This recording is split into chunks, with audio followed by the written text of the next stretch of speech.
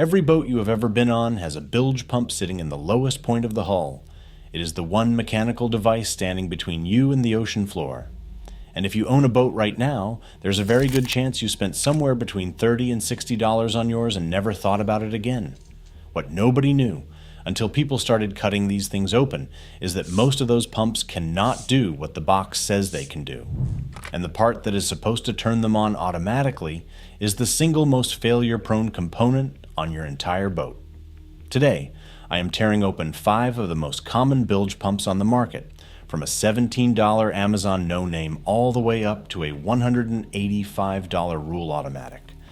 I am going to show you exactly what is inside each one, the impeller material, the bearing type, the seal quality, the wiring gauge, and then I'm going to show you the test data on what these pumps actually move versus what the manufacturer printed on the box. How does a $30 pump end up being the thing between you and a $2,000 insurance claim, or worse, a Coast Guard rescue? It starts at the factory where these things are built. Walk into any marine supply store, and the bilge pump aisle looks simple. You pick your gallons per hour rating, you pick your brand, and you pay somewhere between $12 and $200. The spread is massive. A generic Amarine-made 1100 GPH pump on Amazon costs $17. A Seaflo 1100 gallons per hour costs about $18. An Attwood Tsunami in the same rating runs around $60. A Rule 1100 is $70 to $85, and a Johnson pump at the same rating costs $66. Those are all supposedly the same pump doing the same job at the same capacity. So what are you actually getting for the extra money? I am going to tell you exactly what, because I cut them open. Every centrifugal bilge pump uses a hard thermoplastic impeller that spins inside a volute housing. The impeller material across all 5 brands is roughly the same. That is not where the quality difference lives. The difference lives in 3 places that you cannot see from the outside. First, the bearings. The cheap Amazon generics and the Seaflo pumps use sleeve bearings. These are simple brass or plastic bushings that the shaft rides on. They work fine when brand new and the water is clean. The Johnson Heavy Duty series uses double ball bearings on a stainless steel shaft with a 12-pole liquid-cooled motor. When sand or debris enters a pump with sleeve bearings, the abrasion chews through them fast. Ball bearings handle that abuse for years. Second, the seals. Every submersible bilge pump has twin seals between the impeller chamber and the motor housing. These are the life-limiting component. Johnson's 2200 gallons per hour model uses a mechanical seal, the kind you find in industrial equipment. Their 1600 gallons per hour model uses a cheaper lip seal. Same brand? 2 completely different grades of protection. On the generics, the seals are the thinnest I have seen. And here's what kills them faster than anything. Your bilge is not full of clean water. It is full of oil residue, fuel traces, cleaning chemicals, and biological slime. That cocktail attacks cheap seal materials and degrades them in months, not years.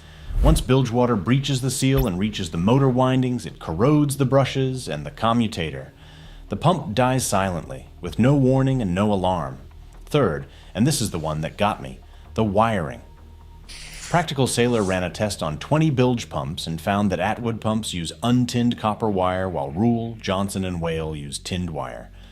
That matters because moisture wicks through wire insulation and corrodes untinned copper from the inside out. You cannot see it happening. The wire looks fine on the outside while the copper inside is turning green and crumbling. One day the pump just stops working and you have no idea why. And here's another detail most boaters never think about. The motors in cheap pumps use basic 2 or 4 pole designs with low-grade magnets and short-life carbon brushes. The premium Johnson Heavy Duty line runs a 12-pole liquid-cooled motor. More poles mean smoother operation and better torque under load. Only some premium pumps include thermal cutoff switches that prevent burnout during dry running. A ABYC now requires that feature on new pumps, but every generic on Amazon skips it entirely. But here's the detail that everyone missed at the time. The wiring problem is not just about what comes on the pump, it is about what the boat manufacturer did with it after installation. And that opens up the real scandal. Every bilge pump you have ever seen has a GPH rating printed on the box. 1100 gallons per hour, 2000 gallons per hour. Those numbers are measured at 0 feet of head height, 0 hose resistance, and 13.6 volts. Conditions that exist literally nowhere on any boat ever built. Practical Sailor tested 20 pumps and found actual output ranging wildly depending on voltage and head height. One Attwood SPE 625 rated at 625 gallons per hour managed only 188 gallons per hour at 12.2 volts. That is less than a third of what the box promised. Over on The Hull Truth, a member measured a 750 gallons per hour Attwood Sahara, pushing about 240 gallons per hour at just 2 feet of head, a third of rated capacity. I mean, think about that for a second. You bought a pump thinking it moves 1,100 gallons an hour. In reality, on your boat, with your wiring, your hose runs, and your battery voltage, it might be moving 350 to 550 gallons per hour. Meanwhile, a 1-inch hole just 3 feet below the waterline lets in roughly 2,000 gallons per hour. Your pump cannot keep up. And that is a name brand pump, not the $17 Amazon special. Marine consultant Steve D'Antonio, who has tested hundreds of real-world installations, concluded that the majority of bilge pump systems have their output diminished by as much as 75% due to design and installation faults. Add a check valve, which many boaters install thinking it helps, and D'Antonio's own testing shows that can cut flow by another 50%. Pay attention to this next part because it explains everything about why boats actually sink. The pump motor almost never fails first. Across every marine forum, every surveyor report, and every insurance claim analysis I went through, one component dominates the failure data. The float switch. Rule float switches are universally condemned by experienced boaters. On The Hull Truth, on Trawler Forum, on Cruisers Forum, the consensus is the same. One veteran boater with 5 rule pumps running 14 years straight said all the pumps still work, but their float switches, and I am paraphrasing here, are the worst component in the marine industry and have been for years. Another owner reported Rule sending 4 replacement float switches after a failure within the first 2 months. Float switches fail 5 ways. They stick on, running the pump dry until the battery is dead or the motor burns out. They stick off, letting the bilge fill silently. Debris like zip ties and fishing line jams the pivot arm. Seals degrade and water corrodes the internal steel contacts. And on the electronic sensor models, the controller board just dies, sometimes from heat, sometimes from moisture, sometimes for no reason anyone can identify. And if that were the only problem, you could just buy a better float switch and call it a day. The actual fix exists, and marine mechanics have known about it for decades. Ultra Safety Systems makes a pump switch called the Senior Model. It costs about $145 and comes with a lifetime warranty. It uses a magnetically activated sealed switch inside a self-cleaning enclosed cylinder. Reports of 20-plus year reliability show up repeatedly across every boating forum. Bertram installs them from the factory. One well-known cruising authority pointed out the obvious. It seems expensive to pay that much for a bilge pump switch when you can buy an entire pump with a switch for less. But try finding any other piece of gear that works perfectly for 2 decades. If you're finding this useful, hit subscribe. I tear apart boat components and show you what the dealership will not, every single week. Alright, so, here is where things get ugly. Because the pump and the float switch are only 2/3 of the system. The wiring is the 3rd piece, and it might be the worst. A ABYC standard E11 says bilge pump wiring has to be sized, so the voltage drop stays under 3%. In practice, that means a pump drawing 10 amps on a 21-foot wire run needs 12-gauge wire. A pump drawing 5 amps located 25 feet from the battery needs 10-gauge wire. Steve D'Antonio reports that 14-gauge wire is routinely found in factory installations where 10-gauge or larger should be used. That mistake alone causes over 20% voltage drop, which means the pump is losing 1/5 of its output before it even starts fighting water, and it gets worse. Marine surveyor David Pascoe documented that builders routinely wire bilge pumps through the battery switch. Turn the switch to off when you leave the boat, and the bilge pump is off too. Your boat is sitting at the dock with 0 automatic bilge protection. Pascoe calls this extremely common. If you're wondering how that is even legal, so is everyone else.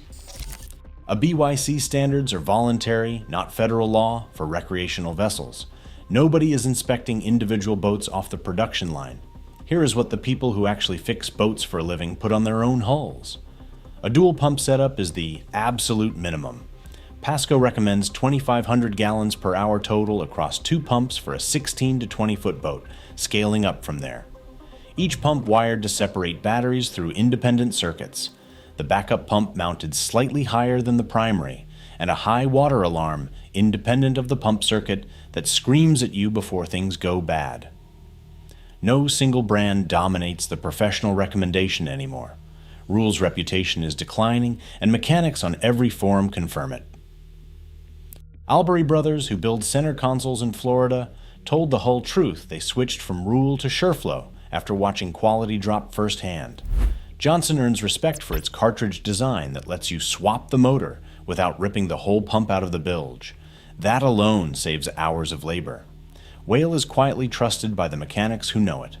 The real professional consensus is not about which brand to buy. It is about redundancy, proper wiring, and treating bilge pumps as consumables you replace every 3 to 5 years with a spare unit always aboard. One mechanic on the Hull Truth put it this way: he keeps a backup pump zip tied to the bilge next to the primary, already wired and ready to go. If the first one dies at 3 in the morning while the boat is on the hook, the backup is already there. That is a $40 insurance policy against losing a $50,000 boat. Boat US marine insurance data shows 69% of boats sink at the dock or mooring, not underway. 39% of those dock sinkings come from gradual failure of parts below the waterline.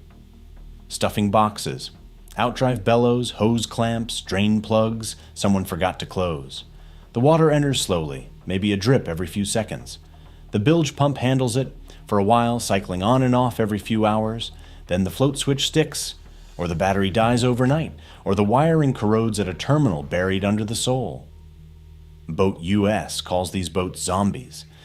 They are floating on borrowed time, completely dependent on a bilge pump running unattended to stay afloat, and the owner has absolutely no idea. He checks on the boat every Saturday and it looks fine.